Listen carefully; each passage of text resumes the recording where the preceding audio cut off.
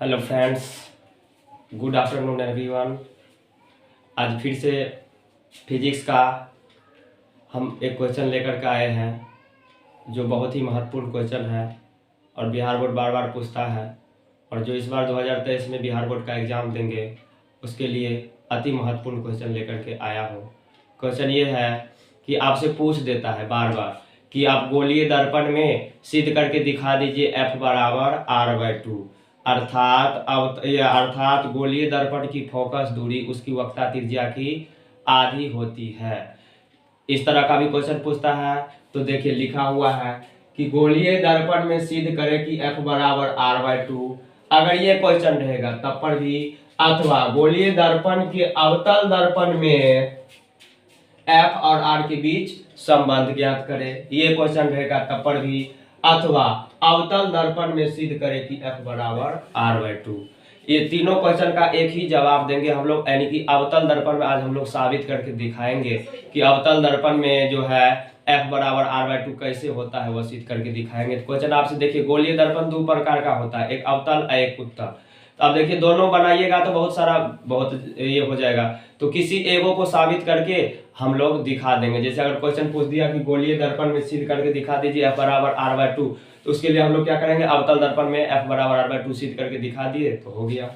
अथवा गोलीय दर्पण के अवतल दर्पण में, तो वो भी वही होगा F बराबर R/2, और अवतल दर्पण में सिद्ध करेगा, यानी कि हम लोग जो आज सिद्ध करने जा रहे हैं कि अवतल दर्पण में सिद्ध करना है F बराबर R/2, जहाँ F क्या होता है, फोकस दूरी होता है, R होता है वक्रता त्रिज्या। यानी इसका मतलब हुआ कि अवतल दर्पण की जो फोकस दूरी है, अवतल दर्पण की जो फोकस दूरी है उसकी वक्रता त्रिज्या की आधी होती है। ये हम लोगों को सिद्ध करना है। तो चलिए इसके लिए सबसे पहले क्या करेंगे, एक अवतल दर्पण बनाएंगे।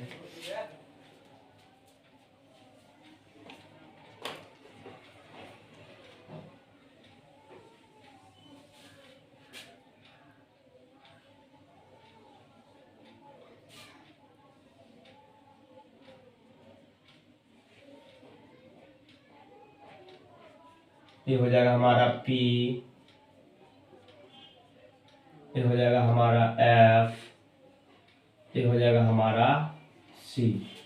अब देखिए क्या करते हैं उसके लिए कि वस्तु को अनंत पर रखे हुए हैं, तो अनंत पर वस्तु को रखेंगे तो अनंत से आने वाली प्रकाश की किरण दर्पण से परावर्तन के बाद मुख्य फोकस से होकर के गुजरता है। हम लोग जानते हैं कि अनंत में रखी गई वस्तु से जब प्रकाश आता है और दर्पण से टकराता है, तो टकराने के बाद कहाँ से होकर गुजरता है, मुख्य फोकस से होकर गुजरता है। उसके बाद क्या करेंगे, इसको C को यहाँ पर वस्तु ले लिए AB, ये वस्तु है, और यहाँ से क्या हुआ, C को मिला देंगे B से, डैश डैश से। अब देखिए ये जो है B बिंदु पर हमारा क्या हो जाएगा, यानी प्रकाश पर आती है हमारा हो जाएगा, जैसे हम लोग समतल दर्पण पढ़ते हैं ना जी, आपतन कोण बराबर परावर्तन कोण, तो ये हमारा आपतन कोण हो जाएगा, ये हमारा हो जाएगा परावर्तन कोण, और BC जो है हमारा क्या हो जाएगा, अभिलंब हो जाएगा। तो आपतन कोण को हमको किससे सूचित करते हैं, I से, और परावर्तन कोण को R से। आप देखिए यहाँ पर जब ये I हो गया तो ये भी कोण क्या हो जाएगा, I हो जाएगा। क्यों हो जाएगा, क्योंकि एकांतर कोण का युग्म है। तो जब ये कोण I है तो ये भी हमारा हो जाएगा I हो जाएगा। चलिए तो फिगर बन गया। अनंत पर एक वस्तु को रखे हैं और अनंत पर रखी वस्तु से आने वाली प्रकाश की किरण दर्पण से परावर्तन के बाद, देखिए यानी प्रधान अक्ष के समांतर आने वाली किरण दर्पण से परावर्तन के बाद मुख्य फोकस से होकर गुजरता है। उसके बाद B से C को मिला दिया, ये हमारा P मतलब पोल हो गया, F मतलब फोकस हो गया, C मतलब सेंटर ऑफ कर्वेचर यानी वक्रता त्रिज्या। तो देखिए यहाँ से यहाँ तक हमारा हो गया, यहाँ से यहाँ तक हमारा हो गया F, और यहाँ से यहाँ तक हमारा हो गया R। अब हम लोग जो चीज किया है फिगर में वही चीज करेंगे, तो स्टेटमेंट लिखिए। अब स्टेटमेंट कैसे लिखेंगे, देखिए अब इस दर्पण का कोनो नाम ले लिए MN, क्या ले लिए नाम, MN। अब स्टेटमेंट लिखेंगे,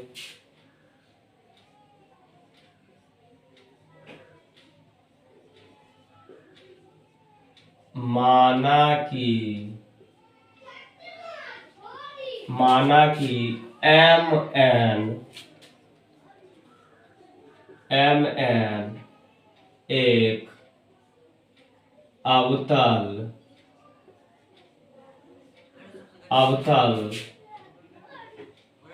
दर्पण है। माना कि एम एन क्या है, एक अवतल दर्पण है जिसका ध्रुव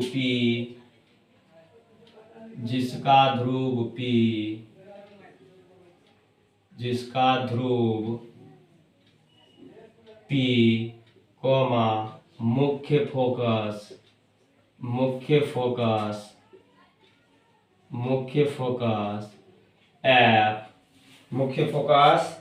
F तथा वक्रता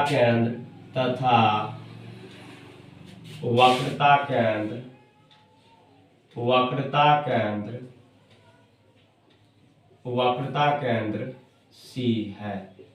चलिए एक बार समझ लीजिए क्या लिखे है कि माना कि एम एन क्या है, एक अवतल दर्पण है ना जी। उसके बाद लिखे जिसका ध्रुव P, मुख्य फोकस F तथा वक्रता केंद्र C है।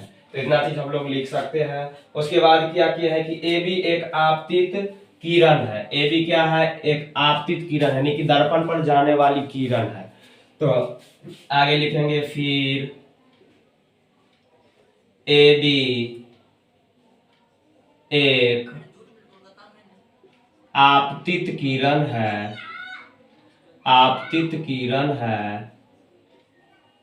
माना कि फिर क्या लिखे कि फिर ए भी एक आपतित किरण है जो अवतल दर्पण के प्रधान अक्ष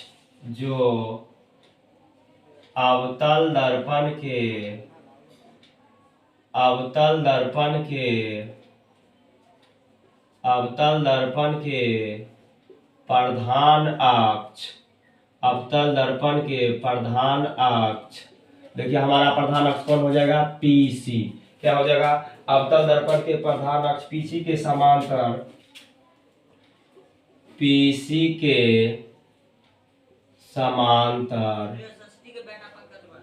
तथा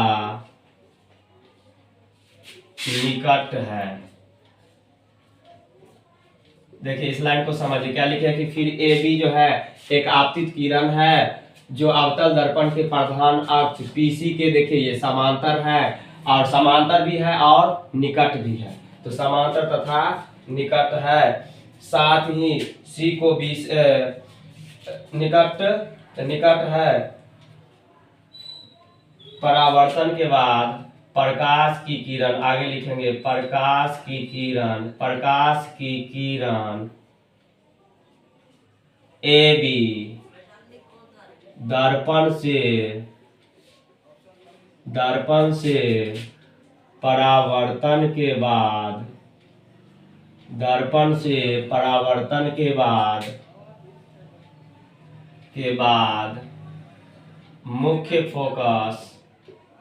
मुख्य फोकस F से होकर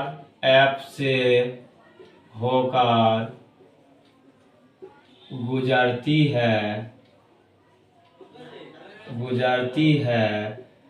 साथ ही C को B से मिला दिया।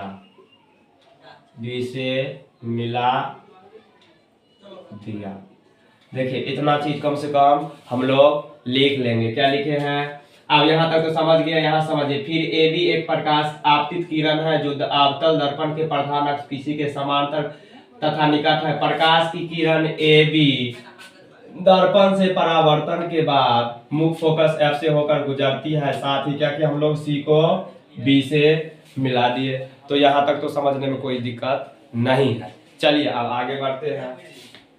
आगे क्या बढ़ेंगे, लिखेंगे कि चूंकि अब यहां से देखिए ए बी सी यानी इस कोण की बात कर रहे हैं। चूंकि कोण ए बी सी बराबर, कोण ए बी सी हमारा कौन हो जाएगा, आपतन कोण।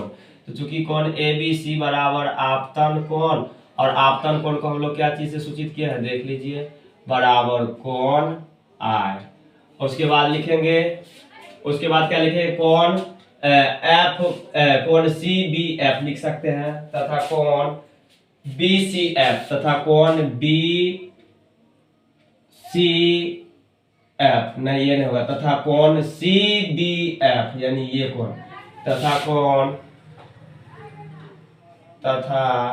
कोण सी बी एफ। अब देखिए सी बी एफ यानी कि हमारा ये कोण कौन हो जाएगा, परावर्तन कोण। तो यहाँ पर लिखेंगे परावर्तन कोण, परावर्तन कोण। तो परावर्तन कोण को हम लोग स्मॉल आर से सूचित करते हैं। तो ये हो गया हमारा स्मॉल आर हो गया। उसके बाद लिखेंगे फोकस दूरी। देखिए हमारा फोकस दूरी क्या है, फोकस दूरी। तो फोकस का दूरी हमारा कौन है, पी एफ। फोकस दूरी बराबर पी एफ बराबर स्मॉल एफ। फोकस दूरी को हम लोग स्मॉल एफ से सूचित करते हैं। उसके बाद क्या लिखेंगे, वक्रता त्रिज्या। और वक्रता त्रिज्या, वक्रता त्रिज्या, वक्रता त्रिज्या, वक्रता त्रिज्या, वक्रता त्रिज्या, वक्रता त्रिज्या हमारा क्या हो जाएगा, पीसी। तो देखिए पीसी बराबर वक्रता त्रिज्या को हम लोग बड़का आर से सूचित करते हैं। तो हो गया बड़का आर। अब आगे देखिए, अब आगे लिखेंगे तो हमें सिद्ध करना है कि, तो हमें सिद्ध करना है कि F बराबर R/2। ये हमारा हो गया स्टेटमेंट। अब हम लोग प्रूफ की ओर चलेंगे, अब प्रमाण की ओर चलेंगे हम लोग। देख लीजिए अब प्रूफ में क्या लिखेंगे, प्रमाण, यानी कि प्रूफ में हम लोग क्या लिखेंगे, देखिए आप प्रमाण लिखना है हम लोगों को। तो प्रूफ में क्या लिखेंगे कि परावर्तन के नियम से, परावर्तन के नियम से, परावर्तन के नियम से, परावर्तन के नियम से, यानी क्या हो जाएगा परावर्तन के नियम से। तो परावर्तन के नियम से हमारा क्या हो जाएगा, कोण एबीसी बराबर कोण बीसीएफ। कोण एबीसी बराबर कोण बीसी, कोण एबीसी बराबर कोण हमारा हो जाएगा बीसीएफ। कोण एबीसी बराबर हमारा हो जाएगा कोण बीसीएफ। देखिए कोण हमारा कौन है, ए बी सी, यानी ये कोण जो है किसके बराबर होगा, इस कोण के होगा। क्यों, क्योंकि ये एकांतर कोणों के युग्म है। ये दोनों जब आपस में बराबर है तो ये इसके बराबर होगा इस कोण। क्यों, क्योंकि एकांतर कोण है। तो कोण ए बी सी, देखिए कोण ए बी सी बराबर क्या लिखे, कोण बी सी एफ, यानी इस कोण के बराबर कौन कौन हो गया, ये कोण हो गया। चलिए इसको मान लेंगे समीकरण 1। उसके बाद क्या दिया है कि देखिए हमारा पीसी के समांतर ए बी दिया है। तो पीसी के समांतर जब ए बी दिया है तो पीसी के समांतर लिखेंगे, फिर सीपी और सीबी उससे मिलती है, लिखेंगे फिर ए बी समांतर पीसी तथा क्या लिख लिया, देख लीजिए एक बार क्या लिखे हैं कि ए बी समांतर पीसी। तो ए बी समांतर पीसी और सीबी उससे मिलती है। और क्या लिखेंगे, और सीबी उससे मिलती है, और सीबी उससे मिलती है। तो सीबी उससे मिलती है और सीबी उससे क्या होता है, मिलती है। यहां से क्या हो जाएगा, लिखेंगे इसीलिए कोण ए बी सी बराबर, आप देखिए हमारा कोण ए बी सी के बराबर कौन कौन हो जाएगा। तो कोण ए बी सी के बराबर हमारा हो जाएगा कोण सी बी एफ। क्या हो जाएगा, कोण सी बी एफ। कोण ए बी सी बराबर, यानी ये कोण जो है हमारा किसके बराबर होगा, सी बी एफ के बराबर होगा। तो देखिए यहाँ पर उल्टा लिख दिया गया, यहाँ पर जो है सी बी एफ दीजिए, यहाँ पर क्या देंगे, क्योंकि आपतन कोण से बराबरतन तो कोण हो जाएगा सी बी एफ, यहाँ पर हो जाएगा कोण सी बी एफ। और यहाँ पर हम लोग करेंगे कि ए बी समांतर बी सी और सी उससे मिलती है, यानी ये हमारा तिर्यक रेखा हो जाएगा। और तिर्यक रेखा के एकांतर कोण, संगत जब दो रेखा समांतर होता है तो उनके संगत कोण, एकांतर कोण, ये सब कोण क्या होता है, बराबर होता है। इस हिसाब से जब समांतर है तो कोण इसके कोण के बराबर ये कोण हो जाएगा। तो यहाँ पर हम दे देंगे कोण ए बी सी बराबर कोण हो जाएगा हमारा सी, यहाँ से हो जाएगा हमारा कोण, यहाँ से बी सी एफ हो जाएगा, क्या हो जाएगा बी सी एफ। इसको मान लेंगे समीकरण 2। क्यों, तो ये कोण आपस में बराबर, एक बार देख लीजिए, कोण ए बी सी, यानी ये कोण जो है किसके कोण के बराबर होगा, कोण बी सी एफ, इस कोण के बराबर होगा। इसको मान लिए समीकरण 2। अब समीकरण 1 और 2 को देखिए, एल एच एस हमारा आपस में बराबर है, जिसका मतलब आर एच एस भी क्या होगा, आपस में बराबर होगा। लिखेंगे समीकरण 1 और 2 से, समीकरण 1 और 2 से, समीकरण 1 और 2 से, तो समीकरण 1 और 2 से क्या हो जाएगा हमारा, तो कोण सी बी एफ बराबर कोण बी सी एफ। अब देखिए कोण सी बी एफ यानी कोण सी बी एफ यानी ये कोण और कोण बी सी एफ ये कोण बराबर हो गया। हम लोग जानते हैं कि त्रिभुज में बराबर कोण के सामने की भुजा क्या होती है, बराबर होती है। तो इस कोण के बराबर देखिए ये कोण है, इस कोण के बराबर की भुजा क्या हो जाएगा हमारा, ये हो जाएगा, और इस कोण के बराबर का भुजा ये हो जाएगा। तो हम लोग जानते हैं कि त्रिभुज में बराबर कोण की सामने की भुजा बराबर होती है। लिखेंगे तो लिख लेंगे, तो बस ये लिख दिए कि हम जानते हैं कि त्रिभुज में बराबर कोण के सामने की भुजा बराबर होती है। तो बताओ इस त्रिभुज का, कौन त्रिभुज का, बी सी एफ त्रिभुज का, देखिए दो भुजा क्या हो गया, आपस में बराबर हो गया। तो जिस त्रिभुज का दो भुजा आपस में बराबर होता है तो वो कौन त्रिभुज होता है, समद्विबाहु त्रिभुज। तो इसका मतलब हमारा कौन, बी सी एफ कौन त्रिभुज होगा, समद्विबाहु त्रिभुज होगा। तो लिखेंगे अतः त्रिभुज बी सी एफ एक समद्विबाहु त्रिभुज होगा, समद्विबाहु त्रिभुज होगा। चलिए तो हम लोग साबित अभी कर लिए कि त्रिभुज बी सी एफ जो है, त्रिभुज क्या है, बी सी एफ जो है समद्विबाहु त्रिभुज होगा। तो समद्विबाहु त्रिभुज होगा तो ये भुजा बी एफ के बराबर कौन होगा, एफ सी। तो लिखेंगे इसीलिए बी एफ बराबर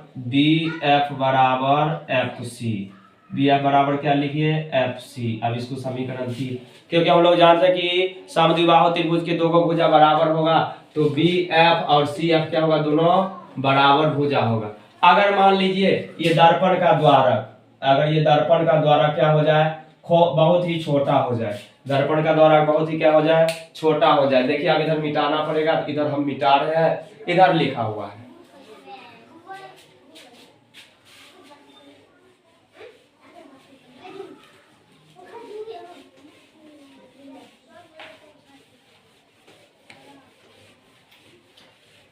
आप देखिए बी एफ के बराबर एफ सी ले आए, तो बी एफ के बराबर एफ सी ले आए। उसके बाद लिखेंगे फिर यदि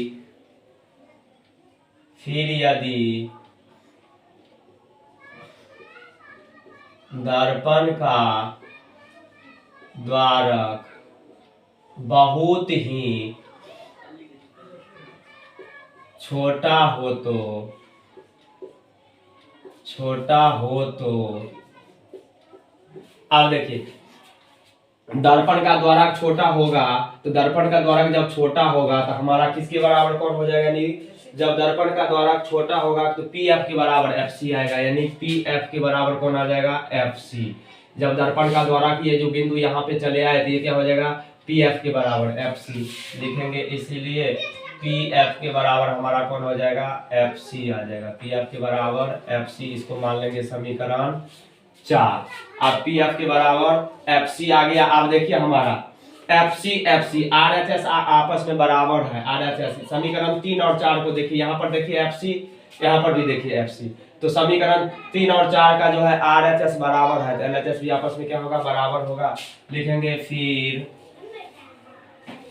समीकरण 3 और 4 से, समीकरण 3 और 4 से क्या हो जाएगा हमारा, पी एफ बराबर, यानी पी एफ बराबर हमारा क्या हो जाएगा, बी एफ बराबर एफ सी। बी एफ बराबर हमारा क्या हो जाएगा, तो ये दर्पण जब छोटा हो तो पी एफ बराबर एफ सी क्या हो जाएगा, पी एफ के बराबर हमारा हो जाएगा पी एफ के बराबर बी एफ। पी एफ के बराबर क्या हो जाएगा, बी एफ। देखिए पी एफ के बराबर कौन हो जाएगा, एफ सी हो जाएगा। थोड़ा गलती, त्रिभुज बी सी एफ समद्विबाहु त्रिभुज है, तो बी एफ बराबर सी एफ। ठीक है, बी एफ बराबर, हाँ बी एफ यहाँ सॉरी बी एफ बराबर एफ सी, तो बी एफ के बराबर एफ सी। ठीक है, और ये दर्पण का द्वारा छोटा हो तो पी एफ के बराबर हो जाएगा पी एफ के बराबर एफ सी। पी एफ के बराबर हो जाएगा एफ सी, तो यहाँ से एफ सी कर जाए तो बी एफ बराबर पी एफ बराबर बी एफ। पी एफ बराबर बी एफ। देखिए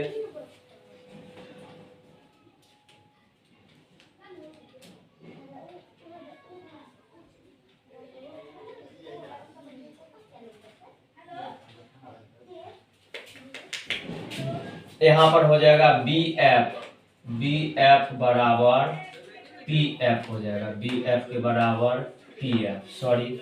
अब यहाँ से देखिए यदि दर्पण का द्वारा क्या हो, बहुत ही छोटा हो, ये बिंदु क्या हो जाएगा, बी एफ। अब देखिए ये जो हमारा बिंदु है बी एफ, ये किसके बराबर हो जाएगा, हमारा पी एफ के बराबर हो जाएगा। अब ये हो गया हमारा समीकरण बी एफ बराबर पी एफ। यानी दर्पण का द्वारा जब छोटा हो जाएगा तो ये बिंदु यहाँ चले जाएगा और ये बिंदु यहाँ चले जाएगा, तो ये हो जाएगा बी एफ के बराबर कौन हो जाएगा, हमारा पी एफ हो जाएगा। बी एफ के बराबर पी एफ हो जाएगा। और समीकरण हो गया 4। अब देखिए बी एफ पी एफ, यहाँ पर देखिए तो यहाँ पर बी एफ और बी एफ क्या है, आपस में बराबर है। पी एफ जो है एफ सी के बराबर हो जाएगा। पी एफ जो है किसके बराबर हो जाएगा, एफ सी के।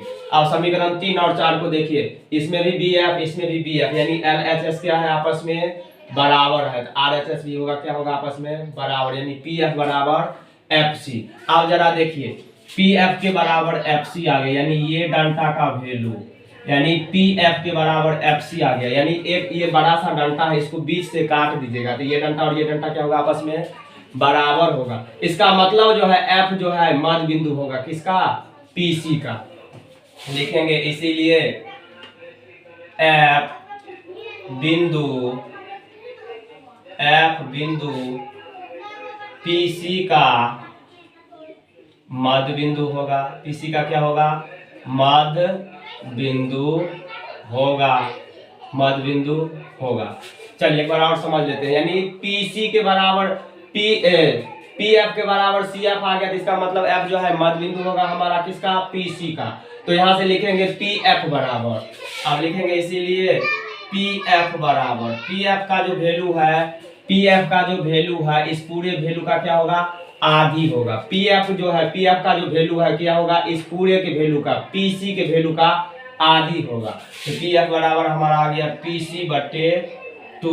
और देखिए पी एफ हमारा क्या है, फोकस दूरी है, तो पी एफ का वैल्यू हम पहले लिख दें, क्या है, एफ। तो यहाँ से हो जाएगा एफ बराबर, अब देखिए पीसी हमारा क्या है, आर है, तो हो गया आर बटे 2, यानी ये प्रूफ हो गया। इसको आगे भी बढ़ेंगे तो क्या हो जाएगा, इसीलिए आर बराबर 2f, ये भी प्रूफ आप कर सकते हैं। देखिए एग्जाम में अगर आर बराबर 2f पूछ दे तो घबराना नहीं है। उसी से एक लाइन आगे बढ़ेंगे तो देखिए कोना कोनी गुना करेंगे तो आर बराबर क्या आ गया, 2f, यानी f बराबर r/2, तो r बराबर 2f। तो इस प्रकार हम लोग जो है अवतल दर्पण में f बराबर r/2 साबित कर दिए। तो इस तरह का मजेदार वीडियो देखने के लिए हमारे चैनल को सब्सक्राइब करें, अपने दोस्तों से शेयर करें और इसी तरह वीडियो का आनंद लेते रहें। उसके लिए बहुत ही महत्वपूर्ण वीडियो है जो इस बार 2023 में एग्जाम देंगे। चलिए, थैंक यू, धन्यवाद।